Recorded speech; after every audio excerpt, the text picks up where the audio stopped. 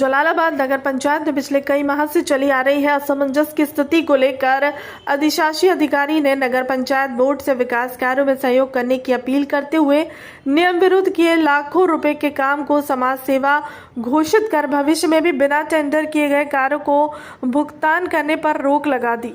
शामली जनपद की जलालाबाद नगर पंचायत में अधिशासी अधिकारी और नगर पंचायत बोर्ड के सदस्यों में पिछले कई माह से गतिरोध चला आ रहा है।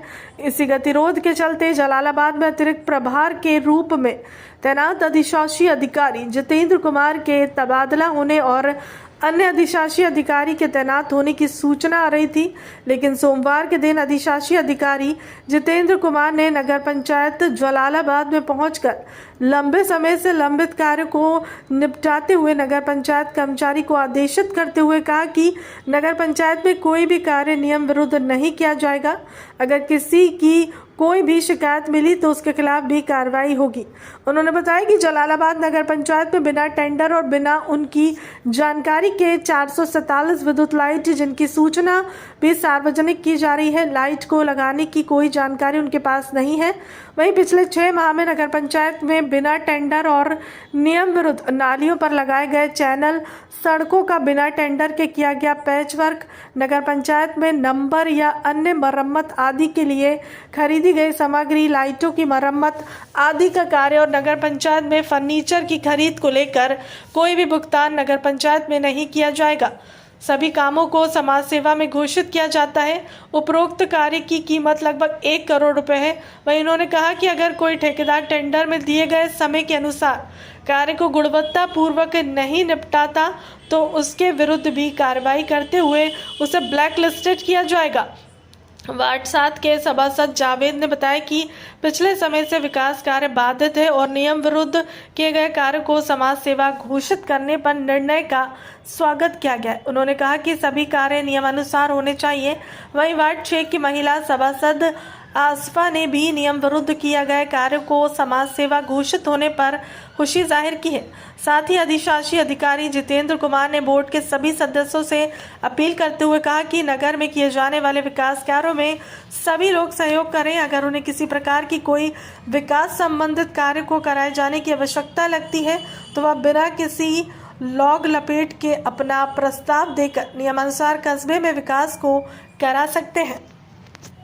सर, जलालाबाद में पिछले कुछ दिनों से असमंजस की स्थिति बनी हुई थी। कई अफवाहें चल रही थी कि अधिशासी अधिकारी और बोर्ड के बीच में तनाव चल रहा है, जिसको लेकर विकास कार्य भी बाधित हो रहे थे। तो इसको लेकर अब क्या प्रतिक्रिया है आपकी? देखिए, बोर्ड और अधिशासी अधिकारी के मध्य कुछ मुद्दों को लेकर विवाद था। मेरा ये मानना था कि जो भी कार्य नगर में किए जाएं वो सभी नियमानुसार और जो शासन द्वारा निर्धारित प्रक्रिया है उसी के तहत किए जाए। लेकिन कुछ कार्य ऐसे कराए गए जिनके लिए किसी भी मानक, किसी भी टेंडर प्रक्रिया का पालन नहीं किया गया।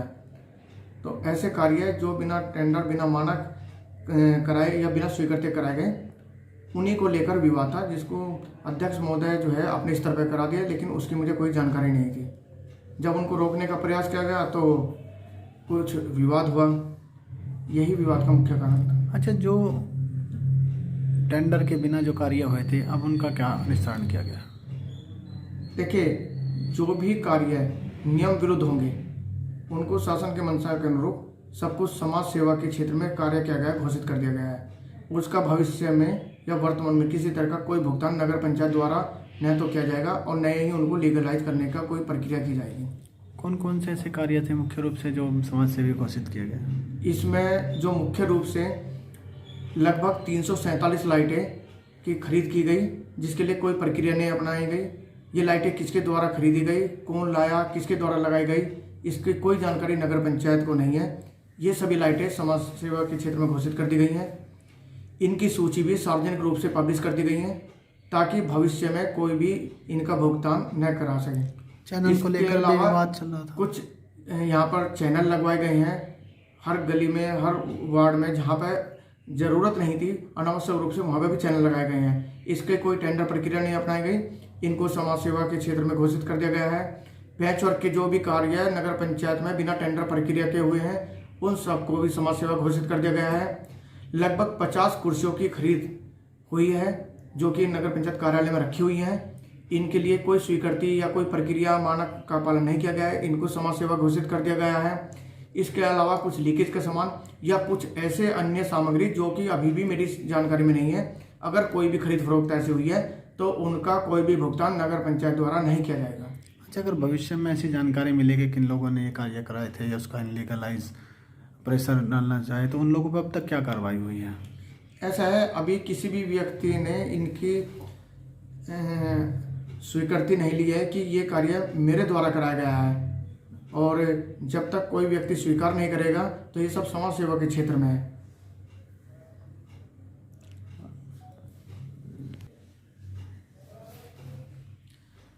मेरा सभी सभासदों से भी अनुरोध है, अध्यक्ष महोदय से भी अनुरोध है और आम जनता से भी अनुरोध है, विकास की गति को किसी भी रूप में ना तो मंद होने दिया जाएगा और ना ही उसकी गति को अवरुद्ध करने की किसी को अनुमति दी जाएगी। विकास कार्य और जो भी जनहित के कार्य हैं वो अपनी गति से चलते रहेंगे, किसी को कोई परेशानी नहीं होने दी जाएगी। और मेरा सभी सभासदों से अनुरोध है कि जनहित के कार्यों को अपने स्तर से भी निपटाने में अधिशासी अधिकारी नगर पंचायत का पूर्ण सहयोग करें, ताकि जनता को किसी भी तरह की कोई परेशानी ना हो। अब तक की खबर में इतना ही। बने रहे हमारे चैनल के साथ। नमस्कार।